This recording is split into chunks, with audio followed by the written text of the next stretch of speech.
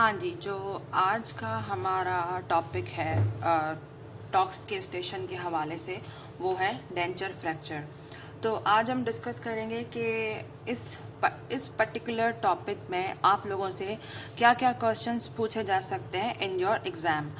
तो जैसे कि आप लोग देख रहे हैं, सामने से टॉपिक है डेंचर फ्रैक्चर। तो पहले तो वहाँ पे पिक्चर आइडेंटिफिकेशन, जैसे मैं आपको पहले भी अपने प्रीवियस वीडियोस में बता चुकी हूँ कि पिक्चर आइडेंटिफिकेशन जो है वहाँ पे ज़रूर होगी। आपने आइडेंटिफाई किया कि ये डेंचर फ्रैक्चर है। ऑब्वियसली ये बात पहले भी हो चुकी है कि स्टेशन जो होता है वो 7 मिनट्स का होता है। तो आइडेंटिफिकेशन के बाद ऑब्वियसली आपसे कुछ क्वेश्चंस भी होंगे। अब जो भी टॉपिक आप कर रहे हो एग्ज़ाम के लिए, तो आपका क्या होना चाहिए, हर टॉपिक पे एक अच्छा कमांड होना चाहिए और आपको पॉसिबल क्वेश्चंस पता होने चाहिए कि क्या क्या ऐसे पॉसिबल क्वेश्चंस हैं जो एग्ज़ाम में आपसे उस टॉपिक से रिलेटेड पूछे जाएंगे। ठीक है। तो अगर हम आज बात करते हैं डेंचर फ्रैक्चर की, तो उसमें आपसे जो क्वेश्चंस पूछे जा सकते हैं, पहले तो वो ये हैं कि टाइप्स ऑफ डेंचर फ्रैक्चर क्या क्या होते हैं। उसके बाद कॉजेज़ भी पूछे जा सकते हैं, और उसके बाद ये पूछा जा सकता है कि प्रॉब्लम्स क्या होते हैं वाइल रिपेयरिंग द फ्रैक्चर। उसके बाद आपसे ये भी पूछा जा सकता है कि आप रिपेयर कैसे करोगे, टेक्निक्स क्या होते हैं रिपेयर करने की।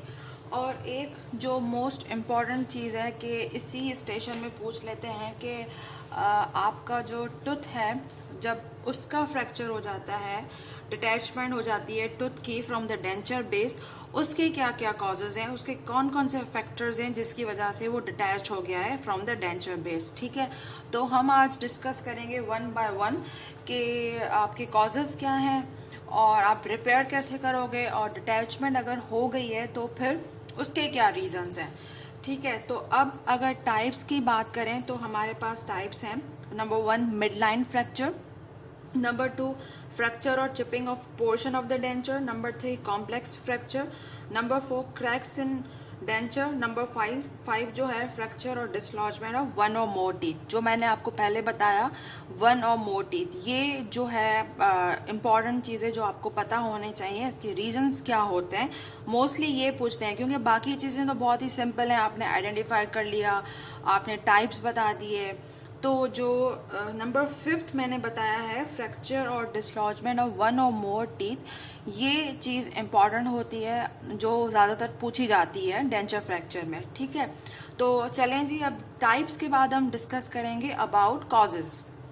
जो कॉजेज़ हैं वो फ्रैक्चर के, डेंचर फ्रैक्चर की, वो ये हो सकते हैं accidental dropping during the removal और क्लीनिंग। ठीक है। Inability to handle the denture due to poor neuromuscular control, faulty denture और फॉल्टी अक्लूजन हो, या excessive amount of masticatory force by some patients and poor laboratory technique. ये causes हैं आपके, जो मैंने 6 बताए हैं। आपको एटलीस्ट जो है 7 कॉजेज टिप्स पे होने चाहिए। जो भी आप चीज़ कर रहे हो, आपका डेंचर फ्रैक्चर हो या आपकी डेंचर पोरोसिटी हो, कोई भी टॉपिक हो, उसमें एटलीस्ट आपको 7 to 8 कॉजेज ज़रूर पता होने चाहिए। ठीक है। फर्दर कॉजेज आप जो है अपनी बुक, जो मैंने आपको पहले भी बताई है, मनापली जो भी बुक है कंप्लीट डेंचर की, आप वहाँ से कॉजेज ज़रूर देखें। ठीक है। मेरे बताने का मकसद सिर्फ यही है कि पॉसिबिलिटी क्या क्या हो सकती है क्वेश्चंस की इन डेंचर फ्रैक्चर। ठीक है। उसके बाद पूछते हैं कि आपको क्या क्या प्रॉब्लम्स आएंगी while repairing the fracture. Problems ये हो सकती हैं कि it may not fit well after repair, fit नहीं हो सकता, और अक्लूजल चेंजेस आ सकती हैं। ठीक है। अब ऐसी कौन सी कंडीशंस हैं जिसमें आप रिपेयर नहीं कर सकते। तो नंबर 1 जो कंट्राइंडिकेशन है वो ये है, when the pieces can not be assemble accurately. ठीक है। सेकेंड है, when the dentures need to be replaced any way due to the poor fit और अक्लूजल वेयर और एनी अदर रीज़न। ठीक है। ये 2 मेन कॉजेज़ हैं जिसकी वजह से आपका जो है कंट्राइंडिकेशन है रिपेयरिंग में। उसके अलावा आप जो है प्रोसीजर है इसका एक, कि आप कैसे कैसे इसको असेंबल करोगे, वो ये वाली बुक है, यहाँ से यहाँ से आप ये पूरा प्रोसीजर आपको देखना है, ठीक है। ये आपको सारा प्रोसीजर यहाँ से देख लेना है कि कौन कौन सा प्रोसीजर है। और यहाँ पे रिपेयरिंग ऑफ फ्रैक्चर टीथ, यहाँ पे कॉजेज़ नहीं लिखे गए हैं, कॉजेज़ मैं आपको बता देती हूँ, सिर्फ यहाँ पे रिपेयर लिखा गया। आप टूथ का कैसे रिपेयर करोगे और आप डेंचर का कैसे रिपेयर करोगे, ये पूरा प्रोसीजर आपको यहाँ पे देखना है, ठीक है। अब सिर्फ मैं आपको कॉजेज़ बता रही हूँ कि डिटैचमेंट ऑफ टूथ जो है वो क्यों होता है। तो उसके जो डिटैचमेंट ऑफ टूथ है उसके मल्टीपल रीजंस हैं, लाइक जैसे फर्स्ट रीज़न ये हो गया इम्प्योरिटीज़ आ गई, like such as waxes on the ridge lap area of the teeth, और contamination of ridge lap area, ये सेकंड कॉज है, या inadequate chemical and mechanical preparation of tooth surface, ये थर्ड कॉज है। प्रोसेसिंग वेरिएबल्स हो गए, ठीक है, ये फोर्थ कॉज है। और presence of porosity at the base tooth interface, ठीक है, ये आपका जो है फिफ्थ कॉज आ गया डिटैचमेंट ऑफ टूथ का। बाकी जो रिपेयर है वो आपको इस बुक से ही देखना है, जो मैं आपको बता चुकी हूँ बुक, इस बुक से आपको रिपेयर देखना है।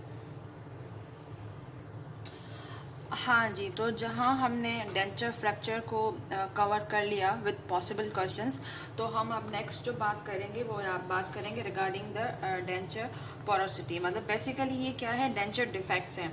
तो हमेशा डिफेक्ट्स पे एक स्टेशन ज़रूर आता है, वो पोरोसिटी हो या फ्रैक्चर हो, ठीक है। अब डिपेंड करता है कि वो कौन सा आता है। तो जैसे मैंने बात की कि डेंचर फ्रैक्चर के जो भी पॉसिबल क्वेश्चंस है वो मैंने आपको बता दिए। अब हम बात करेंगे रिगार्डिंग डेंचर पोरोसिटी। तो इसमें ये होता है कि या तो आपका एक प्रिंटेड कलर्ड पिक्चर होती है, वो आपको आइडेंटिफाई करनी होती है कि ये डेंचर पोरोसिटी है। उसके बाद आपसे जो है पूछे जाते हैं कि पोरोसिटी जो है उसके कौन कौन से टाइप्स होते हैं। आपके दो टाइप्स होते हैं पोरोसिटी के, इंटरनल और एक्सटर्नल टाइप्स, ठीक है। उसके बाद उसके कॉजेज़ पूछे जाते हैं अलग अलग से कि इंटरनल के क्या कॉजेज़ होते हैं और एक्सटर्नल पोरोसिटी के क्या कॉजेज़ होते हैं, ठीक है। फिर उनके आपसे प्रिवेंशन पूछी जाती है, इंटरनल की अलग से पूछी जाती है और एक्सटर्नल की अलग से पूछी जाती है। तो अब आपको पोरोसिटी में तीन चीज़ें पता होनी चाहिए। एक तो कॉजेज़ हो गया कि कॉजेज़ क्या हो गया, एटलीस्ट आपको वही वाली बात के 4 से 5 कॉजेज़ या 7 जब पता हो तो वो ज़्यादा अच्छी बात है। कॉजेज़ एंड प्रिवेंशन बहुत इंपॉर्टेंट है डेंचर पोरोसिटी में, वो आपको पता होनी चाहिए। बाकी डेंचर फ्रैक्चर और पोरोसिटी दोनों की पिक्चर्स जो है वो मैं इसी वीडियो के एंड में डाल दूँगी, ताकि आपको आइडेंटिफिकेशन में प्रॉब्लम ना हो। बाकी ये जो पॉसिबल क्वेश्चंस मैंने आपको बताए हैं, इनको आप ज़रूर देखें और ज़रूर उनके बारे में थोड़ा रिसर्च करें, कोई आर्टिकल्स वगैरह देख लें तो आपके लिए इजी हो जाएगा। या बुक से भी आप देख सकते हैं, या कोई आपने ऐसा कोई पेशेंट देख लिया अपने ओपीडी में तो आप अपने टीचर से भी पूछ सकते हैं कि क्या पॉसिबल कॉजेज़ हो सकते हैं डेंचर पोरोसिटी के। बाकी सारी चीज़ें आपकी बुक में अवेलेबल हैं, और अगर आप देख लोगे एक बार तो वो चीज़ें आपको ज़्यादा याद रहेंगी ड्यूरिंग एग्ज़ाम। और डिस्कस ज़रूर करें, जो जो आपके फ्रेंड्स पास हुए हैं उनसे आप डिस्कस करें, ताकि आपको कॉजेज़ जो है वो टिप्स पे याद हो और आप भूलें ना। अगर आपने ये चीज़ें देखी हैं अपनी ओपीडी में तो आप भूलेंगे नहीं। फिर भी जो है डिस्कशंस मोस्ट इम्पॉर्टेंट है, जो आप करेंगे तो प्रॉब्लम नहीं होगी। तो डेंचर फ्रैक्चर और पोरोसिटी ये मोस्ट इम्पॉर्टेंट टॉपिक